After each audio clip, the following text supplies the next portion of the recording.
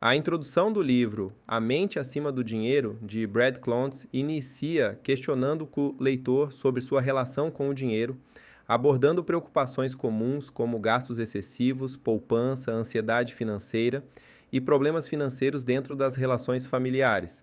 Destaca a crença na grande mentira de que dificuldades financeiras são culpa individual, desmentindo-a com base em experiências de consultoria que mostram que comportamentos autodestrutivos relacionados ao dinheiro têm origens profundas, em forças psicológicas fora do controle consciente. Através de histórias de indivíduos com quem trabalharam, os autores ilustram como experiências de vida moldam nossa relação com o dinheiro, apresentando conceitos de flashpoints financeiros e preceitos financeiros que influenciam nossos comportamentos financeiros. A introdução encoraja o leitor a entender as origens dessas influências e a aprender a lidar de maneira mais saudável com o dinheiro, antecipando o conteúdo do livro que focará em superar distúrbios financeiros através da autoconsciência e transformação. Capítulo 1. Informação não basta. Discute a ideia de que o conhecimento financeiro básico é universalmente compreendido, mas muitas pessoas lutam para aplicá-lo na prática. O autor começa destacando princípios financeiros fundamentais, como economizar para o futuro, gastar menos do que se ganha e ser cauteloso com investimentos que pareçam bons demais para ser verdade. Apesar da simplicidade desses princípios, muitos enfrentam dificuldades para segui-los devido a desafios financeiros crescentes e a uma saúde financeira coletiva comprometida. Klontz menciona eventos históricos recentes que exacerbaram essas dificuldades, como o déficit orçamentário dos Estados Unidos atingindo marcas recordes. Ele argumenta que o estresse financeiro é uma fonte significativa de ansiedade para muitos, exacerbado por dívidas e problemas relacionados. O autor sugere que as dificuldades em aderir aos princípios financeiros básicos não são devidas à falta de informação, mas sim a problemas mais profundos relacionados à nossa relação com o dinheiro. Ele propõe que as crenças e comportamentos financeiros negativos são reforçados por mais informações e conselhos, que podem aumentar a resistência e a ambivalência.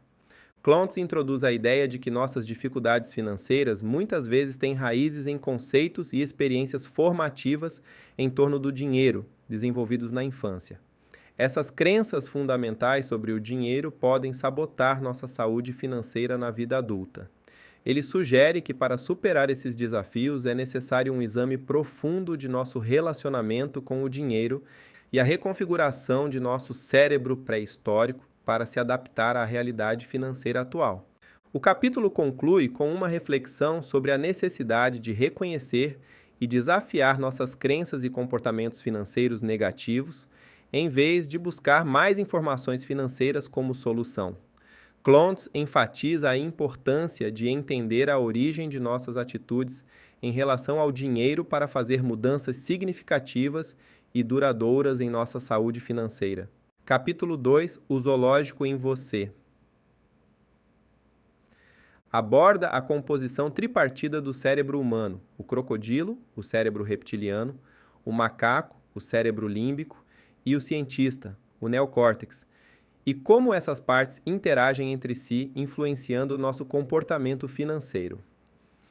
Brad Klontz utiliza essa metáfora para explicar as complexidades do cérebro humano e como nossas respostas emocionais e racionais ao dinheiro são formadas. O cérebro reptiliano é responsável por nossas reações instintivas e de sobrevivência. O cérebro límbico processa emoções e memórias, enquanto o neocórtex é responsável pelo pensamento analítico e racional. Klontz discute como, em situações de estresse, o cérebro emocional, o macaco, e o cérebro reptiliano, o crocodilo, podem dominar o cientista, o neocórtex, levando a decisões financeiras impulsivas e muitas vezes prejudiciais. O autor explora como as reações de luta, fuga ou congelamento, originadas nos cérebros animal e emocional, podem afetar nossas decisões financeiras. Ele sugere que, ao reconhecer essas reações emocionais e ao aplicar técnicas para acalmar o cérebro animal, podemos tomar decisões financeiras mais racionais e benéficas. Além disso, Klontz apresenta estratégias para treinar o cérebro a responder de maneira mais equilibrada sob estresse financeiro, incluindo reconhecer quando estamos emocionalmente alterados, respirar profundamente para acalmar-se, avaliar a precisão de nosso raciocínio e evitar tomar decisões precipitadas. Ele enfatiza a importância de entender e trabalhar com as diferentes partes do cérebro para melhorar nossa saúde financeira e bem-estar geral. O capítulo 3, pertencer a qualquer custo, correndo com a tropa. Mergulha profundamente na psicologia humana para explicar como a necessidade instintiva de pertencer e ser aceito socialmente pode afetar profundamente nossas decisões financeiras. Brad Klontz argumenta que essa necessidade de pertencer, embora fundamental para nossa sobrevivência e bem-estar emocional, pode nos levar a tomar decisões financeiras que comprometem nossa saúde financeira e objetivos de longo prazo. O autor começa contextualizando a importância do pertencimento social na evolução humana, destacando como estar em grupo aumentava as chances de sobrevivência. No entanto, em nossa sociedade contemporânea, essa necessidade se manifesta através do consumismo e da pressão para manter um certo estilo de vida, mesmo que isso signifique endividamento ou comprometer a segurança financeira. Klontz discute como a pressão dos pares, a exposição constante às mídias sociais e à publicidade nos levam a comparar incessantemente nossas vidas com as dos outros, muitas vezes baseando nosso valor e status social nos bens que possuímos. Isso pode resultar em um ciclo de gastos excessivos, onde a tentativa de se encaixar ou superar os outros financeiramente nos afasta de nossas verdadeiras necessidades e objetivos financeiros. O autor oferece insights sobre como nossas crenças e comportamentos em relação ao dinheiro são moldados por essas pressões sociais e como eles podem ser incongruentemente enraizados em nosso desejo de aceitação. Klontz sugere que enfrentar essas crenças, entender suas origens e o impacto que têm em nossas vidas financeiras é crucial para romper com os padrões de comportamento financeiro prejudiciais. Além disso, o capítulo fornece estratégias práticas para superar a influência negativa da necessidade de pertencimento sobre nossas finanças. Klontz encoraja a definição de objetivos financeiros baseados em valores pessoais, em vez de aspirações sociais, e a busca de comunidades que apoiem objetivos financeiros saudáveis. Ele também enfatiza a importância de cultivar uma autoestima que não dependa de aprovação externa, promovendo uma relação mais saudável e autônoma com o dinheiro. Por fim, Klontz aborda como a educação financeira, quando combinada com a conscientização sobre nossas motivações emocionais e sociais, pode nos equipar melhor para tomar decisões financeiras que nos apoiam a longo prazo. Ele conclui o capítulo reiterando que, ao compreender e abordar a complexidade de nossas necessidades emocionais em relação ao dinheiro, podemos pavimentar o caminho para uma maior liberdade financeira e bem-estar. O capítulo 4, os fantasmas do trauma financeiro. Aprofunda a discussão sobre como experiências e crenças influenciam profundamente nossas atitudes e comportamentos financeiros, ilustrando isso com histórias reais que revelam a complexidade da relação entre finanças e psicologia humana. Uma história marcante apresentada é a de Rick Kagawa, cujos pais tiveram experiências dramáticas durante a Segunda Guerra Mundial, afetando profundamente suas crenças e comportamentos financeiros. Rick, agora um planejador financeiro, observa as diferenças entre as abordagens financeiras de sua mãe, que sofreu confinamento, e seu pai, que não foi confinado. Essas histórias pessoais ilustram como eventos traumáticos passados podem moldar profundamente nossas crenças financeiras e comportamentos, levando a uma cautela excessiva com o dinheiro, a aversão ao risco ou a uma incapacidade de desfrutar de recursos financeiros. Outro tema abordado é o impacto dos preceitos financeiros de gênero, mostrando como estereótipos e expectativas sociais sobre homens e mulheres influenciam a maneira como indivíduos de diferentes gêneros veem e interagem com o dinheiro. Histórias pessoais revelam como conceitos tradicionais de gênero podem levar a comportamentos financeiros problemáticos, como a dependência financeira ou a associação do valor pessoal ao sucesso financeiro. O capítulo também explora a ideia de que fábulas e contos de fadas refletem e reforçam crenças culturais sobre dinheiro, poder e moralidade, atuando como metáforas para nossas próprias vidas financeiras. Essas narrativas, enraizadas desde a infância, podem influenciar profundamente nossos comportamentos financeiros adultos, muitas vezes de maneiras que não reconhecemos conscientemente.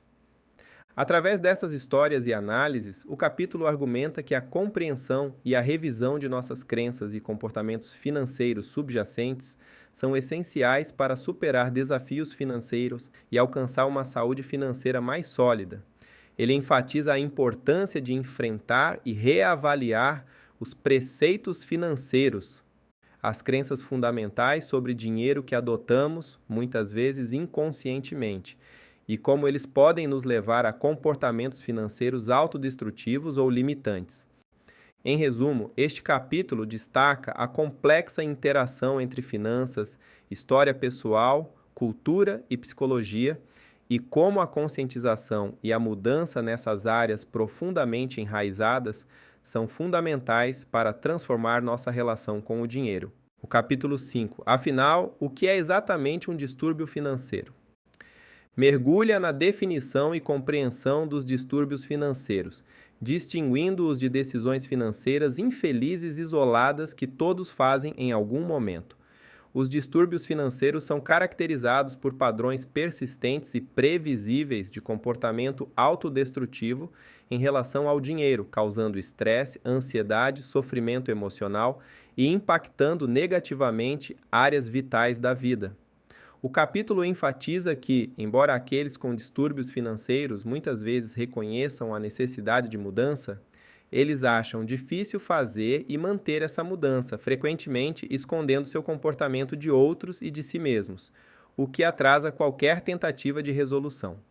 Através de histórias pessoais como a de Molly e seu marido, que lutaram com questões financeiras exacerbadas por desastres como o furacão Katrina, o capítulo ilustra como distúrbios financeiros podem levar a problemas significativos nos relacionamentos, no trabalho e na saúde psicológica e financeira. Os distúrbios financeiros originam-se de desequilíbrios familiares, dificuldades emocionais, estratégias de solução frustradas e experiências de infância dolorosas, funcionando como mecanismos de defesa para evitar sentimentos difíceis e dor física, mas com consequências emocionais, relacionais e financeiras negativas. Os sintomas de distúrbios financeiros incluem ansiedade sobre finanças, falta de economias, dívidas excessivas, falências, conflitos financeiros com outros e incapacidade de manter mudanças nos comportamentos financeiros. Em contraste, o bem-estar financeiro é caracterizado por dívidas baixas e razoáveis, planos de poupança e gastos ativos e conscientes, ausência de conflito financeiro com familiares ou cônjuges, altos níveis de satisfação financeira e baixos níveis de estresse financeiro. Este capítulo define a base para uma compreensão mais profunda dos distúrbios financeiros, preparando o terreno para os capítulos subsequentes, que exploram distúrbios financeiros específicos e como eles se manifestam em diferentes indivíduos, destacando a importância de identificar e trabalhar com preceitos financeiros subjacentes para alcançar uma transformação financeira e pessoal significativa. O capítulo 6, Distúrbios de rejeição ao dinheiro, explora como a negação e rejeição financeira surgem a partir de crenças profundas que associam o dinheiro a emoções negativas ou experiências dolorosas. Esses preceitos, descritos pelo autor como preceitos do lobo mau, incluem a crença de que ter mais dinheiro do que os outros é errado, que desfrutar de heranças é como celebrar a morte de alguém, e que o dinheiro corrompe ou transforma as pessoas em seres que elas desprezam. Essas atitudes geram um ciclo de escape, em que as pessoas evitam enfrentar seus problemas financeiros, comparável às reações dos personagens em contos de fadas quando fogem de seus vilões. A negação financeira é identificada como um mecanismo de defesa que minimiza ou ignora problemas financeiros, evitando o pensamento ou a ação necessários para abordar a realidade financeira. Este comportamento resulta em uma espiral descendente de piora dos problemas financeiros devido à inação.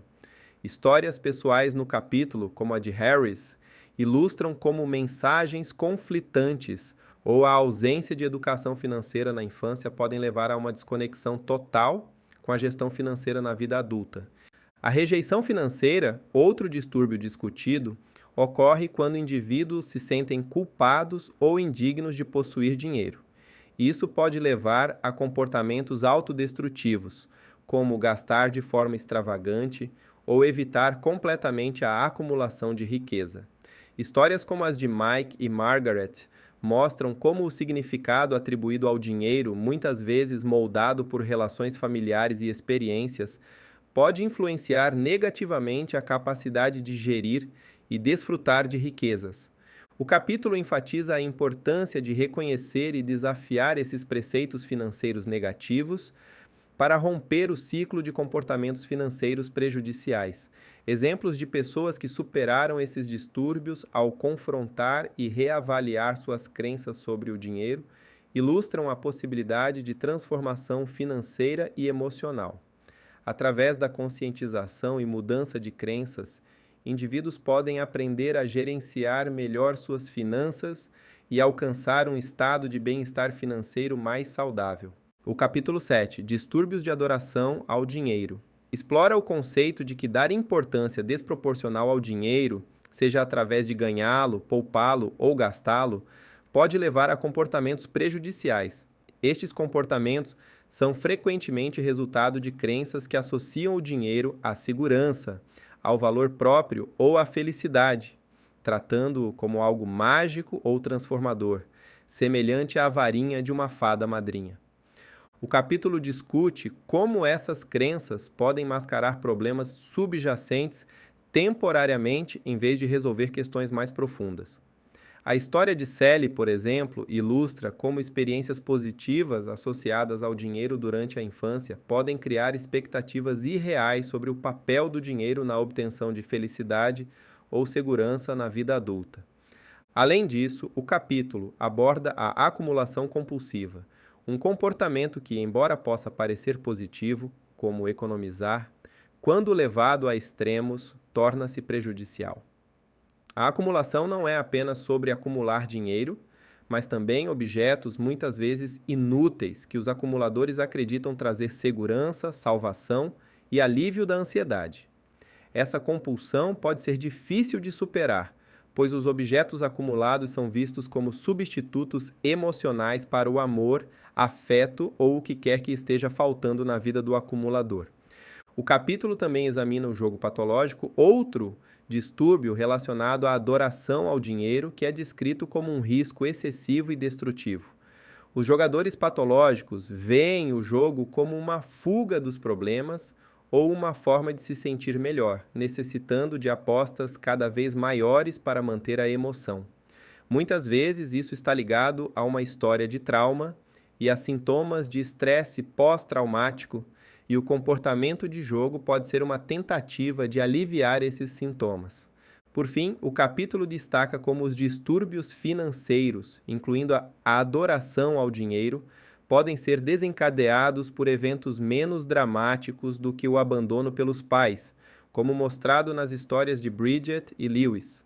Essas narrativas enfatizam a importância de abordar as questões emocionais subjacentes que conduzem ao comportamento financeiro disfuncional, em vez de simplesmente tentar corrigir os comportamentos sem entender suas causas.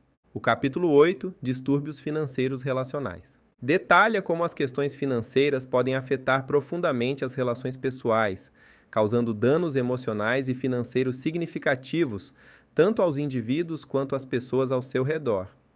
O autor explora distúrbios como infidelidade financeira, incesto financeiro, facilitação e dependência financeira, destacando como esses problemas são frequentemente mantidos em segredo, causando vergonha e culpa. A infidelidade financeira é discutida como um problema comum em relações conjugais, onde um parceiro esconde gastos ou dívidas do outro, minando a confiança e a integridade da relação. Esse comportamento pode surgir de problemas de confiança enraizados na infância, a incapacidade de comunicação efetiva ou o desejo de evitar conflitos. Os exemplos mostram como as mentiras sobre finanças podem levar a consequências devastadoras para o relacionamento. O incesto financeiro é apresentado como o uso inapropriado do dinheiro para controlar ou manipular crianças, satisfazendo necessidades emocionais de um adulto. Esse comportamento abusivo deixa marcas profundas, forçando a criança a assumir responsabilidades adultas em relação ao dinheiro, o que pode causar problemas duradouros. O capítulo também aborda a facilitação financeira e a dependência financeira, onde o dinheiro é usado para controlar ou ser resgatado por outros, muitas vezes mantendo essas ações em segredo devido à vergonha e culpa. O autor argumenta que o silêncio e o tabu em torno das conversas sobre dinheiro dentro de famílias podem perpetuar crenças e comportamentos financeiros prejudiciais. Por fim, o capítulo fornece estratégias para enfrentar a infidelidade financeira, como comunicar abertamente sobre finanças, estabelecer planos de despesas conjuntos, seguir acordos e ter planos de emergência para quando surgirem dificuldades financeiras no relacionamento.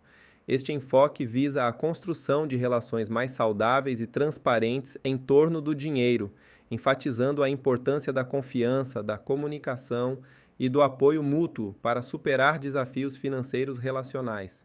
O capítulo 9, tratando aquele assunto não resolvido, aborda a importância de enfrentar e resolver as emoções e memórias relacionadas a experiências financeiras passadas que continuam a impactar negativamente o comportamento financeiro presente.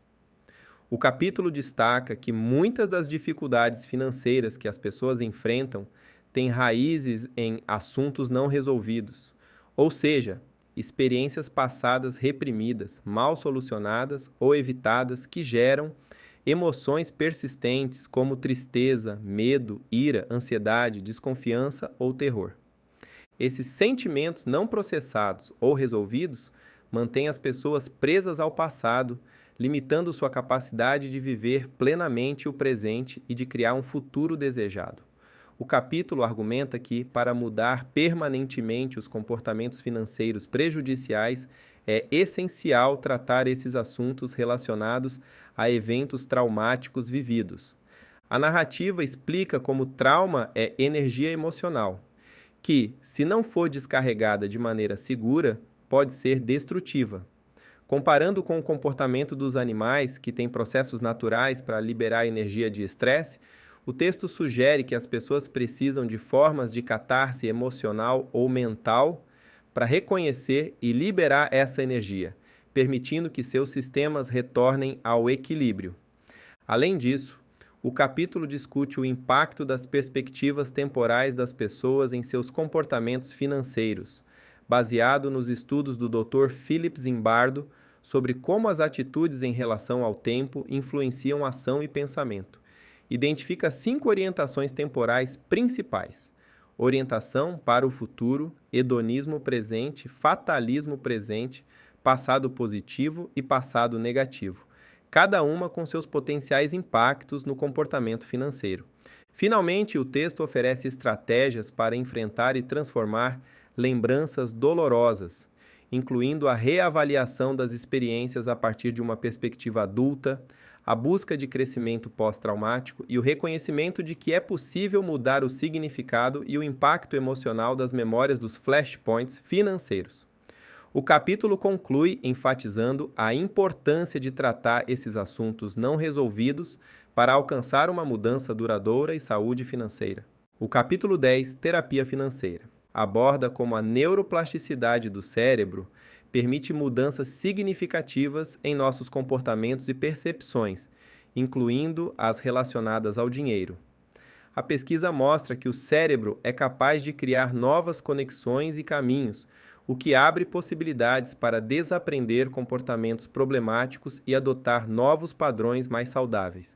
Este conceito desafia a antiga crença de que o cérebro é estático e imutável, destacando a importância da atitude ativa na mudança de comportamentos financeiros autodestrutivos. O capítulo enfatiza a necessidade de enfrentar o passado para compreender e alterar comportamentos financeiros presentes, utilizando a metáfora da arqueologia para descrever o processo de escavação nas próprias experiências financeiras passadas. Ao identificar flashpoints financeiros e os preceitos financeiros resultantes, é possível ganhar uma compreensão de como o passado influencia o presente financeiro e limita o potencial futuro. A superação da vergonha associada aos comportamentos financeiros é crucial para a saúde financeira. O capítulo apresenta etapas para lidar com a vergonha, incluindo a aceitação de responsabilidade, a busca por compreensão, a confissão, o plano de reparação, a ação reparadora e a prevenção de repetição de erros. Além disso, são discutidas estratégias para enfrentar medos e ansiedades financeiras, como a exposição controlada ao que se teme, e a identificação de gatilhos financeiros para evitar comportamentos nocivos. Técnicas como a respiração abdominal e a meditação são sugeridas para ajudar a gerenciar o estresse e as emoções, promovendo uma conexão mais profunda com o corpo e permitindo uma melhor percepção das emoções reais. Finalmente, o capítulo oferece exercícios práticos, como o átomo do dinheiro e o ovo do dinheiro, para explorar as origens e o impacto das crenças financeiras. Esses exercícios visam ajudar os leitores a ganhar clareza sobre seus comportamentos financeiros e a iniciar o processo de transformação para uma relação mais saudável com o dinheiro. Capítulo 11. Transformando a sua vida financeira. Este capítulo enfatiza a importância de enfrentar os medos financeiros, identificar gatilhos emocionais e comportamentais que levam a decisões financeiras prejudiciais e adotar estratégias práticas para reescrever crenças limitantes sobre dinheiro. Os autores destacam exercícios como o da macieira, que ajuda a visualizar a árvore genealógica financeira, permitindo aos leitores compreender como as crenças e os padrões financeiros são passados através das gerações. Outro exercício proposto é o de compreensão da própria história financeira, incentivando uma reflexão profunda sobre experiências passadas com dinheiro e como elas moldaram as crenças atuais. O capítulo também aborda a importância de lidar com traições financeiras passadas, sugerindo que reconhecer e processar essas experiências é crucial para a cura financeira. Os autores aconselham a manter o que é benéfico e descartar o que é prejudicial, reescrevendo assim os preceitos financeiros de uma forma que promova saúde financeira e bem-estar. Eles encorajam os leitores a embarcar em uma viagem ao centro de si mesmo, reconhecendo que mudanças significativas requerem introspecção e trabalho interior. Um aspecto importante do capítulo é a ênfase na criação de novos mantras financeiros que alinhem com objetivos e valores pessoais, promovendo uma relação mais saudável e equilibrada com o dinheiro. Além disso, discute-se a criação de casais e famílias financeiramente saudáveis, sugerindo que a comunicação aberta e honesta sobre finanças é fundamental para relacionamentos saudáveis e sustentáveis. Os autores concluem o capítulo reforçando a ideia de que enfrentar os medos, reconhecer os gatilhos e reescrever crenças limitantes são passos essenciais para transformar a vida financeira. Eles incentivam os leitores a adotarem essas práticas não apenas como um meio de alcançar saúde financeira, mas como uma forma de viver uma vida mais plena e satisfatória. O pós-fácil de A Mente Acima do Dinheiro aborda a tratação universal da preocupação com dinheiro, ressaltando, porém, o aspecto positivo da crise financeira que forçou indivíduos e culturas a examinarem profundamente seu relacionamento com o dinheiro. Planejadores financeiros e clientes compartilham percepções sobre os efeitos positivos dessa crise em suas atitudes e comportamentos financeiros, revelando um despertar para a necessidade de mudanças fundamentais e a valorização da resiliência e do otimismo. Diversos relatos pessoais ilustram como a crise incentivou uma reflexão mais profunda sobre os gastos alinhados com valores pessoais, a importância do desenvolvimento pessoal e a reconsideração do consumo de mídia que alimenta a ansiedade. A crise é vista como uma oportunidade para aprender sobre o aspecto psicológico do dinheiro e a importância de educação fiscal desde cedo. O pós-fácil ressalta que a crise econômica, com todo o seu medo, incerteza, perda e dor, serve como um chamado de despertar para reavaliar nossos comportamentos financeiros, examinar nossos passados e desafiar e mudar nossos preceitos financeiros. A mensagem central é que temos o poder de transformar nossa vida financeira por meio da honestidade, do exame de nossos comportamentos e da coragem de enfrentar e mudar nossos preceitos financeiros. O livro encerra aplaudindo a disposição e a coragem do leitor de examinar seu relacionamento com o dinheiro, oferecendo esperança de uma transformação financeira pessoal e global.